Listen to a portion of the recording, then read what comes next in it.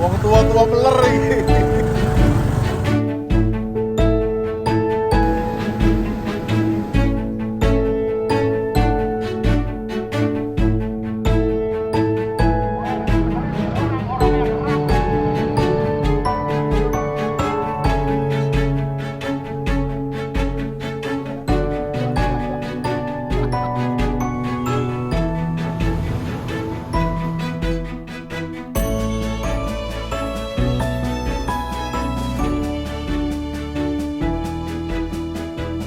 Ekspedisi ini sudah berlangsung 2 bulan sejak kami meninggalkan dataran tinggi Dieng pada bulan Juli.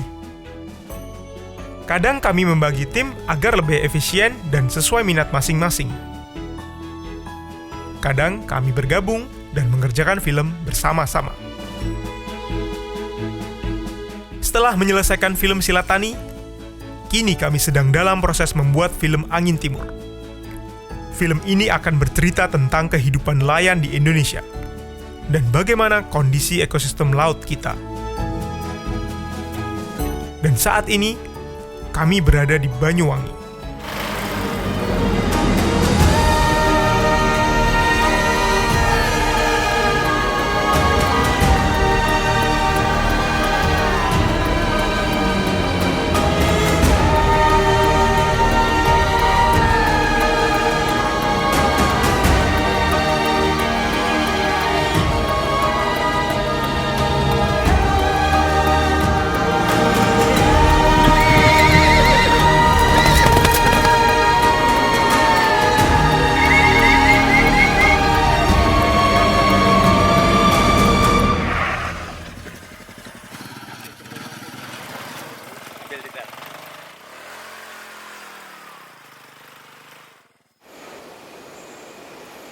Saya sendirian memasuki Taman Nasional Alas Purwo.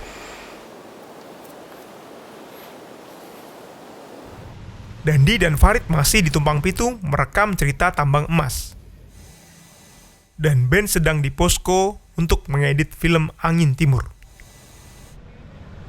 Taman Nasional Alas Purwo terletak di ujung Pulau Jawa, di sisi selatan Banyuwangi.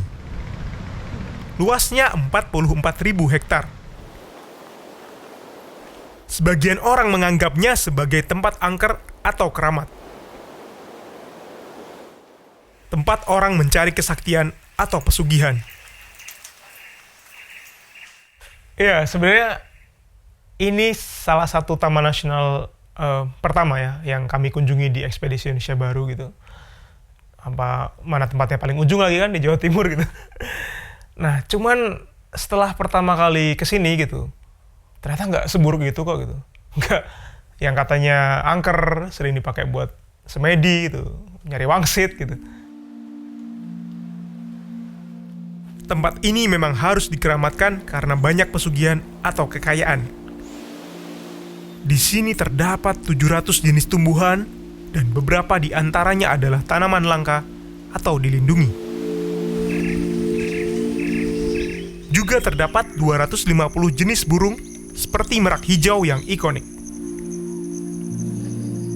Ikon lain dari kawasan ini adalah banteng Jawa atau Bos javanicus dan 45 jenis mamalia lain, termasuk kijang dan rusa timur.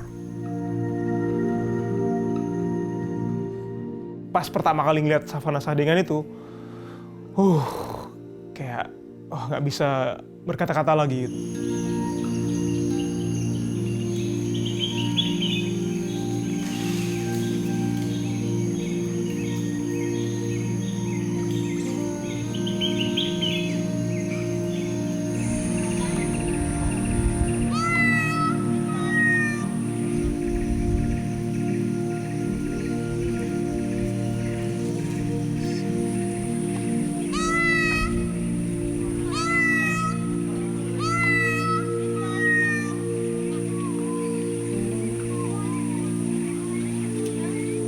Ini ternyata hal yang pengen saya rekam banget di ekspedisi Indonesia Baru ini. Setelah Dandi dan Farid kembali dari Tumpang Pitu, kami mengatur kembali pembagian kerja. Saya dan Farid melanjutkan eksplorasi Alas Purwo. sedangkan Ben dan Dandi menyelesaikan editing film Angin Timur. Saya benar-benar enjoy dengan waktu itu. Tapi saya mulai tidak enjoy saat ada manusia bernama Yusuf Priambodo dan Dandi Laksono serta Farid Gaban. Mereka mengirim foto-foto alam yang bagus sekali. Dikirimin, weh dengan rusa weh, dengan merak weh, dengan banteng weh. Parah, sumpah. Dan saat itu juga saya pengen sekali meninggalkan lokasi itu. Gila. Wah.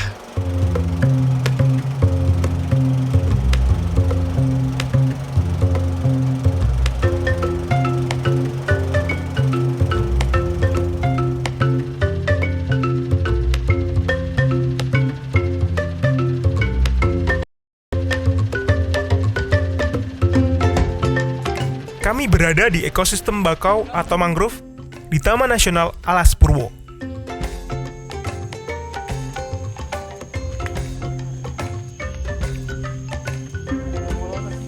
Oh, motret apa itu? Ini ada kawanan rangkong badak, Pak. Tuh. Rangkong badak? Iya tuh. Hah? Iya. Serius? Ternyata yang saya rekam adalah bangau.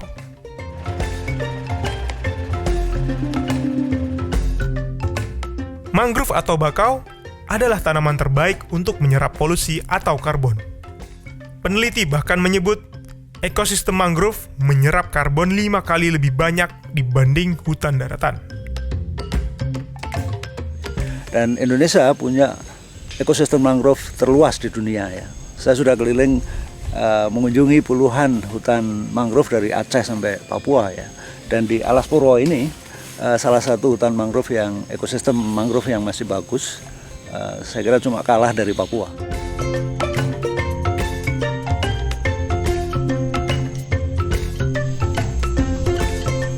Dari perjalanan ekspedisi Zamrud Khatulistiwa tahun 2009, Farid Gaban memang menulis buku khusus tentang mangrove. Jadi ini hutan pantai, satu ekosistem terpenting. Udah bener blognya? Ini terlalu flare, sorry. Ups. Yang ini baru benar. Ini hutan pantai, satu dari 5 ekosistem di Taman Nasional Alas Purwo. Jadi Alas Purwo punya 5 ekosistem dan itu mewakili ekosistem yang ada di Indonesia. Cuma ada 50 lebih ekosistem di Indonesia dan 5 diantaranya itu ada di Taman Nasional Alas Purwo. Ini satu dari 5 ekosistem tadi. Cukup. Cut. Jalan dan ngonten bareng Pak Farid Gaban nih, kayaknya kalau di depan kamera tuh harus perfect dan serius gitu. Jadi kontennya tuh nggak boleh abal-abal atau ya menye-menye gitu kan. Pokoknya kontennya tuh harus daging semua gitu. Jadi nggak ada tuh namanya yang halo guys, yuk ikuti perjalanan kami yuk gitu. Jadi nggak ada tuh. Ya dasar sih boomers emang. Di Posko, saya berusaha menjaga kebugaran karena setiap hari duduk ngedit di depan laptop. Sementara Dandi tidur. Saya Dandi Laksono. Sebab malam harinya, giliran dia yang bekerja mengisi suara untuk film Angin Timur. Dan inilah yang membuat Cantrang kontroversial. Dalam satu tarikan, semua ekosistem laut ikut terangkut. Tak hanya berbagai jenis ikan yang terjaring secara acak, juga ikan-ikan kecil, biota laut lain, hingga karang.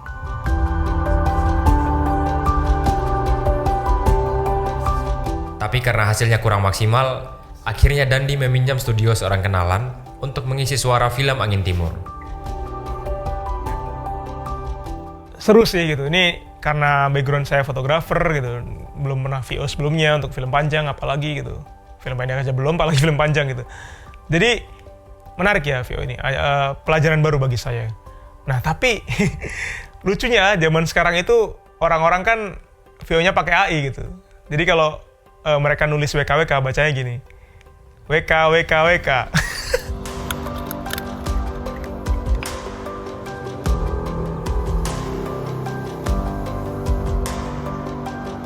Ini kerang apa namanya? Kerang totok. Oke. Setahu si Banyuwangi cuma ada di sini. Jawa Timur aku kurang Setelah dikupas begini hasilnya. Lalu digoreng dengan telur. Beliau chefnya. Apa-apa kan? Yang dimasakkan adalah si Benaya yang sedang menggarap angin timur. Angin timur. Sudah berapa hari, Ben? Seminggu lebih. Seminggu lebih. Ini pinggang saya udah gini, bungkuk terus ini. Tapi dikasih makanan enak, Ben. Sama tuan rumah, Ben. Makasih loh Mas ya. Repot ya, nggak enak jadinya. Ini versi rebus. Versi rebus. Dicocol pakai sambal kecap nanti. Ben, ada yang digoreng, ada yang direbus, Ben. Yang di sate nggak ada Mas?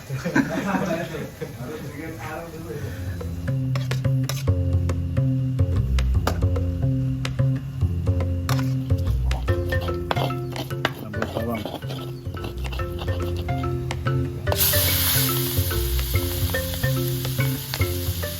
Ini model gorengnya kayak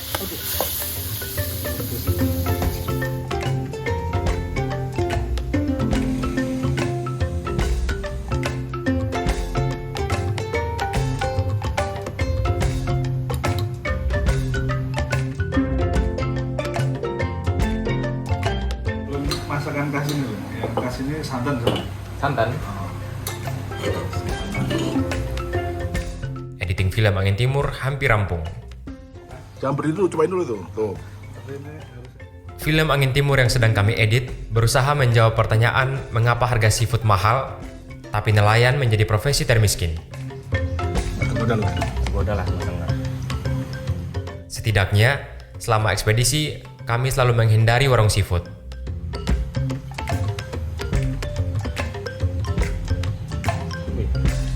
Original. Terima kasih Mas Kresna dan kawan-kawan Arupa. Saya dan Farid Gaban tak ikut pesta seafood. Tapi setelah film Angin Timur selesai diedit, kami semua ingin merayakan dengan bermalam di Alas Purwo. Melupakan segala cerita horor yang pernah kami dengar tentang tempat ini. Bahkan bertemu genderuwo atau setan apapun, kami anggap setimpal demi melihat kehidupan pagi hari di padang savana.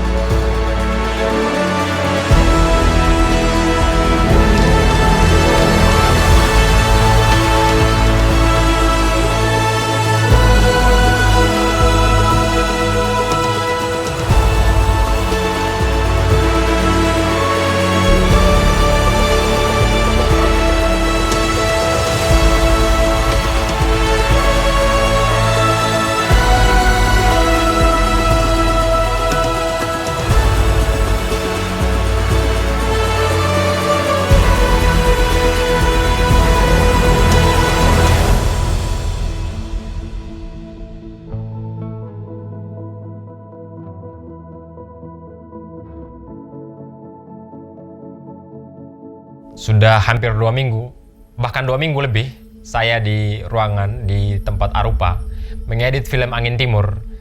Dan akhirnya selesai, saya akhirnya dapat kesempatan untuk me time, datang ke Pantai Triangulasi Banyuwangi, merasakan ombak di sana, ada pasir di bawah. Itu kayak benar-benar hal baru yang wah gila.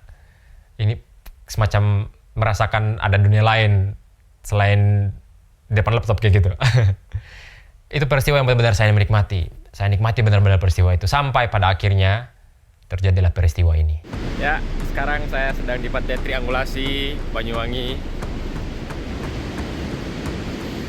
Pengen merefresh pikiran setelah sekian lama tidak lihat pantai. Terakhir ke pantai itu pas melaut sama teman-teman di Trenggalek. Oh, di depan ada rusa. Lokasinya masih di dalam kawasan Alas Purwo Banyuwangi. Lalu tiba-tiba ada kawanan rusa. Tapi jaraknya jauh. Sedangkan saya hanya bawa handphone. Kamera dan perlengkapan lain ada di Yusuf. Kami semua terpisah saat itu. Menelpon tidak mungkin, karena tidak ada sinyal di tempat terpencil ini. Aduh, ada pemandangan langka di depan mata, dan saya waktu itu tidak bisa langsung gerasa-gerusuk mendekati. Jadi, karena modal cuma HP, saya datang pelan-pelan ke rusa untuk dapat gambar lebih dekat. Saya berjalan pelan, lalu diam. Berjalan pelan lagi, lalu diam. Begitu seterusnya agar terus bisa mendekat. Lalu siapa yang merekam gambar ini? Inilah keajaiban kedua. Tiba-tiba Dandi datang ke pantai yang sama dan dari jauh melihat gerak-gerik saya yang aneh. Dia pun mendekat dan melihat apa yang sedang terjadi. Sialnya saat itu dia juga hanya bawa handphone. Karena posisinya lebih baik dari saya, Dandi melanjutkan merekam. Dan saya pelan-pelan meninggalkan tempat ini untuk mencari Yusuf dan Farid Gaban. Saya lalu pelan-pelan duduk mengambil posisi di antara batang pohon besar agar tak terlalu mencolok dan dianggap ancaman bagi kawanan ini. Strategi itu berhasil. Satu rusa mulai duduk. Lalu kawanannya datang menyusul. Ini posisi yang bagus untuk perekaman dibanding di rimbunan pohon dan semak tadi. Saya makin yakin mereka merasa aman setelah melihat anak-anak rusa keluar dari semak dan bergabung ke pantai. Tanpa zoom, jarak kami sebenarnya sejauh ini. Tapi tak lama kemudian, dua anak rusa mulai meninggalkan pantai mengikuti induknya. Sementara Ben, Yusuf, dan Farid tak kunjung muncul.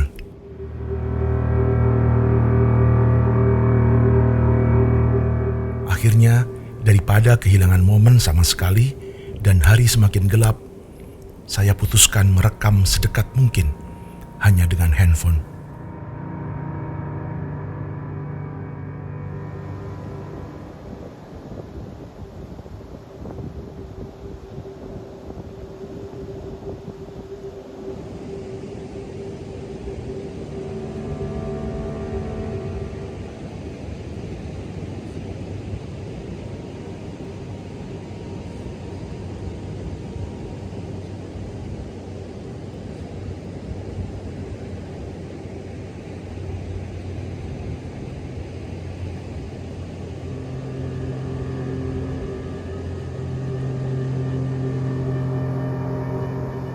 Saya merangkak, meninggalkan batang pohon, dan mendekat ke pantai.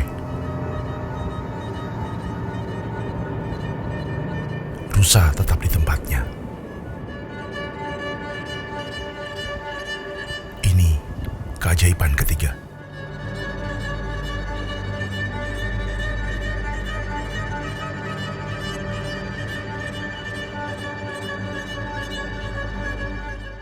Ben berhasil menemukan Yusuf, dan Yusuf sedang membawa kamera. Inilah keajaiban keempat.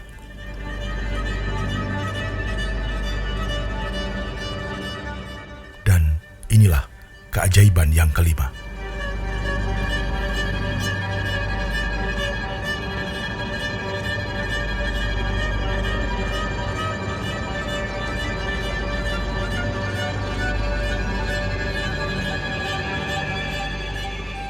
Tapi Yusuf adalah videografer dan fotografer yang tak cepat puas.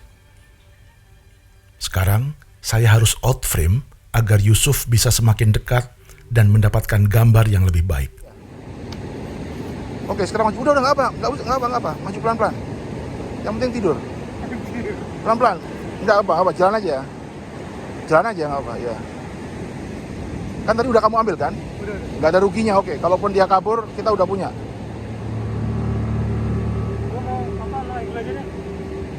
Ya udah, lipat dikit ya, oke. Pokoknya jangan dadakan. Pokoknya maju 10 meter, kalau dia nggak bergerak, diam dulu, maju lagi kalau dia nggak bergerak.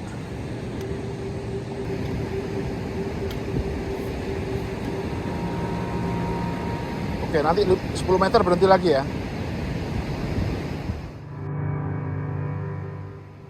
Oke, stop dulu. Udah cukup, coba tembak dari situ. Melihat usaha Yusuf, saya merasa beruntung mendapat teman perjalanan yang keras kepala. Udah cukup dulu.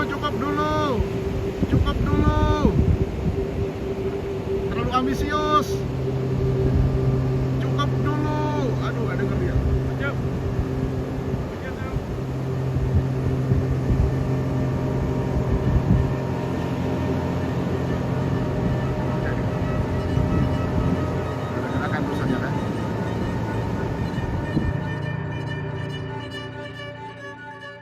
Dan keajaiban keenam pun datang. Anak-anak rusa justru mendekat ke pantai seolah tak ingin ketinggalan berfoto bersama.